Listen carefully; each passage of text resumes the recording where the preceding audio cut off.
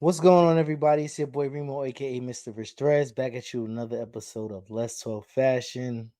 I guess this is going to be the Friday mini or the recap show or Fashion Fun Fridays. I don't know what to name it yet, but because of all the engagement that we had, man, shout out to our last guest, Mark, the Fresh Father, the Fresh Fiend, the Godfather, of this shit. He done ruffled a few feathers and people was kind of in their feelings. Some was appreciating the hot talks we was talking, and some people was not appreciating that shit at all. We can check out a few of the comments down below in the comment section that we had on, all platforms, Instagram, YouTube, whatever. They've been just wherever these videos go and they land, Facebook, they all over the place. But people been chiming in and giving their opinion on how they felt about some of them. So let's just take a look at some of them, and then we'll come back and discuss it. Vega Supreme says, one of the worst takes I've heard. Damn. King South writes, y'all don't know what y'all talking about at all. LBT writes, this is a super good take. Exclamation mark, exclamation mark, exclamation mark. I'm guessing that we did good in this one. Washed Up Man writes, nobody wants the new BS. Crying emoji. Okay. Albro taps in, or Albro, maybe Albro. Albro75 taps in with, maybe it's hard to quantify that, but I agree with the original sentiment. Nike needs a breath of fresh air. And I agree with you, brother. See, now I get it. Everybody has their opinion and their feelings about, certain nostalgic moments or whatever the case is. But you got to remember, we're all different ages. So we're almost 40 having a discussion about nostalgia and sneakers that came out for the first time in the 90s where it was no retros yet. So we live in these moments at the first peak. Granted, we were young when a lot of some of these things came out. You know, 95, we was only 10 years old, 9 years old. So it's like 95, you got the eights and the nines was around that time. So like these things hit hard in our memory bank for when we first seen them for the first time. So now that we almost 40 and seeing the same Jordan ones, twos, well, not really twos, the twos not really a fan favorite, but the twos, they come out every once in a while. Now people giving appreciation to the threes have been retroed and retroed and retro fours. We didn't see those a million times. So when we say we didn't get to see certain sneakers like the Ginger 16s, these were nostalgic sneakers that hit us for the first time because remember, Mike retired from the NBA for the second time and then came back for the Wizards, and he actually hooped in them. We've never seen them again. So now when Mark says, nostalgia means something and you can't break the timeline and come back out with Jordans and briefcases that never came out in briefcases, they altering the timeline to trick us into buying things that never really existed the first go around. So that was the purpose of what we were saying. I'm not against what everybody's feelings are. I get it. I'm not against it, but you got to remember the culture which we came from shifted in a way from really streetwear brand because remember 95s and Jordans were wore with polo and you know what I'm saying like the accessories that came along with these brands for the first time in the 90s were a little bit different in these days times where now I know people are kind of dressing with the baggy look and the baggy era, but they're not going backwards with the footwear as well and wearing them coincided because let's think about it. Who's wearing an all polo outfit today with a pair of Allen Iversons or a pair of Chris Webbers? Like certain timelines can never be repeated. And that's what we were really talking about in some of these. But if y'all get it, y'all get it. And for those that don't, who gives a fuck? Keep commenting down low. Let's get to some topics, man. Before we do that, let's pay a bill or two. It's time for another raffle brought to you by the JBT. Our first item is a new 10th generation iPad with a liquid retina display which shows off beautiful color and has plenty of power for all your handheld computing needs. Great for work, play, or just movies on the go. How much is it to enter, you ask? Just $10. Or you can catch the deal with 3 entries for just 25 bucks. It's easy to enter. Just cash app your entries to $ JBT Network 1. That's $JBT Network 1. Our second item is a set of Kenichi Bear Bluetooth noise canceling headphones. Great for gaming, movies, or travel. As the second prize in this great raffle, our third item is a Ninja brand air fryer. Great for all your air frying needs. Cooking healthy with the JBT. So send your entries via Cash App to JBT Network 1. That's JBT Network 1. $10 each or 3 for 25. Put raffle on the comment line and you are entered. We back. You already know how it go, man. Block special, 3 for 25. You get a chance to win an iPad, Kenichi Bear headphones. Shout out to Kenichi Bear for actually supplying a pair of headphones for the raffle. Young brother doing his thing, man. Noise canceling joints. Amazing on video games, phone calls. You can use it at work. You can annoy your kids or your wife with it. Amazing gift. And then we also do have a air fryer, cooking healthy with the JBT. There's only one way to win any of those prizes. $10 to get you in one time, $25 to get you in 3 times. Send the money, JBT Network 1. Good luck. And take a chance, man. If you don't take a chance, there's no opportunity for you. But whatever. Let's get into this, man. So we had a very intimate discussion about the look of the Jordan 17s coming back with the briefcase, the price point that it was coming back at, 200 plus, and the fact that the briefcase actually never came with the low top pair. So, who? Of course, Nike announces something. They're doing a collab with Supreme for the low top red and white with the briefcase Supreme collaboration. So now they take a nostalgia that never took place in the first time and then actually blended it in with a hype beast brand that really capitalized on black culture alone and never really tapped back into the black culture. So they just keep taking from us and not giving us back anything. So I don't even want to know what the price points of these sneakers might be or might not be, but I'm letting y'all know from now, beware. It might get ugly because they keep giving us stuff that we ain't asking for. Nobody asked for Supreme collaboration. Nobody asked for these Jordan 17s. There wasn't even on the list of any true sneakerheads to want these back. They really wasn't the kicks we really lent to first go around. People kind of bought the briefcase joints, the black, the white and blue, because it was a flex. I got a sneaker that came in a briefcase. That was the first go around with that, and we've never seen that kind of packaging come with a pair of sneakers. So when you see somebody with these now, it's like you got beat in your head. One, because the real quote unquote sneakerheads, they don't respect things that never existed in the actual timeline. So now to come out with Supreme and actually do this is like, do we respect it? Or is it one of those classic hype beast moments? I don't know what to get from this one, but guess what? Y'all can leave your comment. Y'all can cuss me out. This is the perfect opportunity because this is what we're going to start doing on Fridays. Matter of fact, every Friday, I'm going to start dropping something where I give y'all a chance to react. So throughout the week, when y'all check out the episode on Wednesday, leave a reaction. Matter of fact, better yet, turn on your camera, just like I'm doing, and give a live reaction, and we'll play it on the show. And then I'll give my review in a comment because you're interacting with me and now I'm interacting with you. But that effort by Nike, Jordan Brand, it's nasty to me, man. But that being said, let's jump into the next conversation where ASAP Rocky calls out Nike and other brand collaborations and he shows why he doesn't really respect a lot of it. Let's take a look at what he said and we'll jump right into I mean, how we feel about it.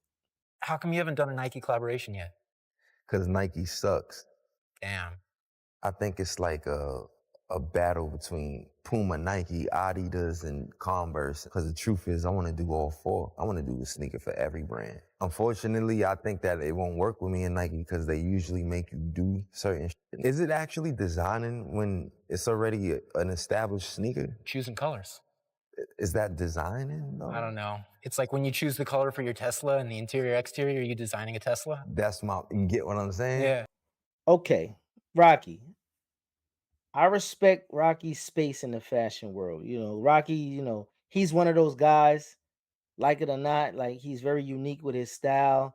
He's been one of the fathers of, a lot of these Pyrex brands, off whites, and now he's into the high end, Calvin Klein and Dior collabs. Now he's down with Puma.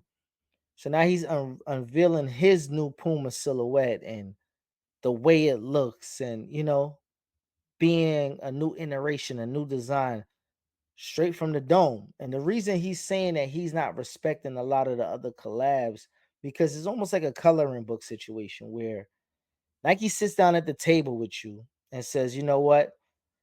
I'll let you play around with this brand here. This is the only brand we'll allow you to play around with, and use whatever color you want to go on the brand. Some things are a hit. They might give a little bit extra to like somebody like a Travis Scott who has shown, selling power where he might be able to reverse the check. But we've seen those before. For those that don't follow, the Air Darwins were one of the first brands to really alternate the direction of the check, which was Dennis Rodman. Come on, y'all. Stay up with me. But Travis was allowed to play with certain colors and do little certain things, but traditionally it still was an iteration of a Jordan 1. He it grew legs where he got other little silhouettes that he played with. Not many people get to come out with a brand new sneaker and do as they want over there at Nike. Where it goes with a lot of other brands. New Balance seemed to be a little bit more lenient with their creators and calling back brands that silhouettes that haven't been used for years and being able to put special materials on it or different type of soles. So they lend a little bit more creativity over there. Rocky, we've seen him kind of attempt to make a sneaker with before that didn't have much traction. I think he was over there at Under Armour and he kind of had that skateboarder Healy type of sneaker, but it didn't do much for the culture. Being Rocky, I don't know what this iteration of the Puma is gonna really do for the brand or do for his brand in itself as a creator. But the fact that he's ready to shit on brands and say, fuck Nike and all of that because they didn't really give him a chance to really be creative. And that's what being a creator is. That's what being a designer is being able to put your vision and how you really feel about, your work on paper. That's one of the best feelings in the world that you're allowed to really cultivate the feel that you handle your business in on paper. So what's the paper? The paper is actually the sneakers. So I'm not mad at Rocky for this one, and he's always been a man to speak his words. So if you ain't fucking with Rocky, I guess it's fuck you, man. Yo, it is what it is. The crazy thing now that we also, I guess this is heavy Nike over here today, but Nike's been searching and digging through the culture to find something that hits. Because I think, other brands have been finding their way to just cozy wear from from a streetwear version or like a just different brands have been able to play around with the culture where it's some of them stuck. Kanye kind of had that dirty look and that homeless aesthetic, and it was a thing. Then now you have kind of like the essentials, cozy, relaxed. Those I think something like that is here to stay for a long period of time, and we did discuss that on our last episodes where you could run in a pair of essentials to the store to pick up your kid from school, to walk the dog, to jump on a first class flight, or just hang, just chill, and they're cozy, they're comfortable, and they give you a lot of room. So that's why people kind of fell in love with the whole essentials movement. I get it, but Nike trying to jump into those lanes, the essentials kind of knock Nike Tech right off the board, where nobody's really checking for Nike Tech anymore. So what does Nike do? They pop out with the Pico. I don't get it. Nike, you look like you're reaching. Just look like a stretch. I don't see where this connects to anything athletic. I don't see where it lends to the culture. So I don't see what's the point of this. Shit is looking bad for them right now. And Nike, you reaching. I don't know. You got to figure out what's going on, and that's it. This ain't it. It's nasty, and it looks nasty to the culture. And I don't think the culture should just bend to what Nike believes in. Like, if we don't believe in something, we shouldn't wear it. And that's where I stand in it, man. Let's take a quick break. We'll be right back. Don't forget to check out Let's Talk Fashion every Wednesday at 10 a.m. Now back to the show. Breaking news, man. It's crazy that we just was talking about Nike being misdirected and the culture being shifted in a way that we don't understand why it's going that way. And boom, Nike has cut ties with John Donahoe. It's over. Going CEO John Donahoe, former Bain guy who maybe made a few mistakes. What's going on here? Yeah, thanks so much for having me. So yeah, when we wrote the story, John was still CEO, and I think many Nike employees are going to be really excited that Elliot is coming back to the company. And we should point out, Elliot, as well as a couple other executives, left when Donahoe came on, right? Exactly. Yeah. For sure. Now, he's been with the company, or had been up until 2020. He'd been with the company since 2004. Is he popular? Did he really get to make some great decisions there? Yeah, I mean, I have to tell you, out of all of the employees and former employees that we spoke to, his name kept coming up. He's super beloved in the Nike community, and so people will be really excited to hear the news. Well, give us I'm not too familiar with his background, but give me his background, because I thought it was interesting when Mark Parker left, there was this idea that he was like a sports guy, a Nike guy. He understood marketing, he understood fashion, all those things that made Nike special. Donahoe wasn't cut from that same cloth. I assume Elliot Hill is more akin to a Mark Parker? Is that a good, fair way to describe him? Yeah, I mean, I'm not sure how he compares to Mark, but I think the big thing about Elliot is he's like homebred. He's from Nike, he had a long career at Nike, and John was totally new. He was an outsider. He had been on the board, but he hadn't worked for the company before. So the problem that arose with John is that he was over there and they didn't felt that he was giving back to the culture or really understood the culture that he was in control of. And stocks actually rose recently because they did replace him with Elliot Hill. From what I've been obtained and the information that I've done researching is Elliot Hill has a great rapport with the people up there at Nike, and they just wasn't feeling John over there. And they were waiting for him to go. I guess it was a nasty environment with him there, not really trying to understand the culture. And sometimes when you're so on top of the hill, you tend to not really attempt to lend and bend your ear to really understand what the people are saying, why they're saying it, is because you're in power. And it sucks, but hopefully this little shift in the culture does something for Nike where they could bring in people of the culture to make actual culture shift, because they were the leader in footwear. They were the leader in environment, in the culture. The only problem is now is, does it come off natural with them coming back and doing the right thing? Oh, you see what I did there, right? Do the right thing. Just do it. Yeah. That's fire. But on to the next topic, y'all. Sure. Yeah. What are you talking? Come on, though. Come on. Yeah. No. Feel that. Bitch heavy. Yeah, you know what I'm saying? Yeah, so you got the, you feel me? Yeah. Shane Oliver, you know what I'm saying? Hit White Tee. Got this shit from the gas station. Pro Club Gang, you know what I'm saying? Shout out to my nigga David, you know what I mean? Holy Week, Sessions Dell, Filthy, OG, just went number one. I was finna go number one again. Shout out to the whole SO. Damn, I gotta show you my car. Nigga just gave me a new car. Check this out real quick. Oh, don't forget the drip, huh? And get it. Okay, we back here. Maybach, come with a blunt. Maybach, come with a blunt. Maybach, come with a blunt. Maybach. Big back. I'm so if I ain't even gonna sit in the back, I'm gonna sit in the front.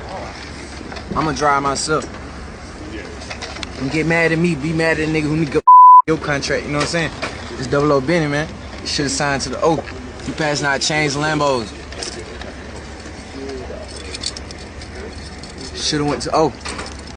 This guy, Playboy Carti, he's one of the problems and the leader of the new school and the way fashion is brought about in these young kids. And I'm not a fan of it because one, these kids are jumping into and understand, like, I guess, respecting somebody like Playboy Carti to actually lead them in the fashion space. And I'm not understanding it because he was just wearing panties or whatever hell, stockings or all types of crazy shit.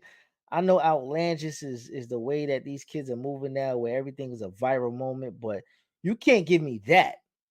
And then you turn around and tell me that you got that fly shit on, chrome hearts and leathers, and nah, I'm just not jacking it. I'm not feeling it, and I don't know. Y'all got to do better, man.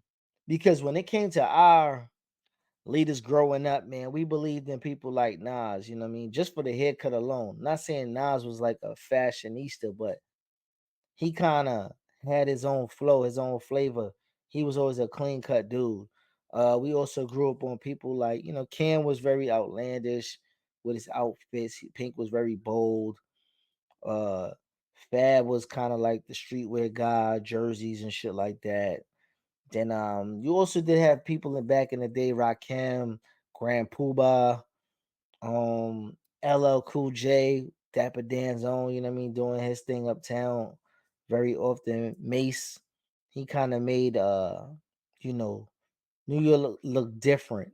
It might have been the shiny suits and all of that with Diddy's vision, but he made the dude with the waves and the shiny joint look fun. Big, Big did big. He was just a big dude, fly big dude. Um, these are just people that we grew up on that we could look up to and be like, we didn't see weird moments from them. Even dudes like DMX, man, he was always true to himself. He never got fly, nothing like that. But you knew when you see Tim's in big baggy shorts, he never had no shirt on, never. But when we seen X, we knew what he was known for, but we respected it. But we didn't see him another time and just disrespected his whole aura and the way he looked. So I don't know, man. I guess I'm getting old and it's y'all world, but to each is his own, man.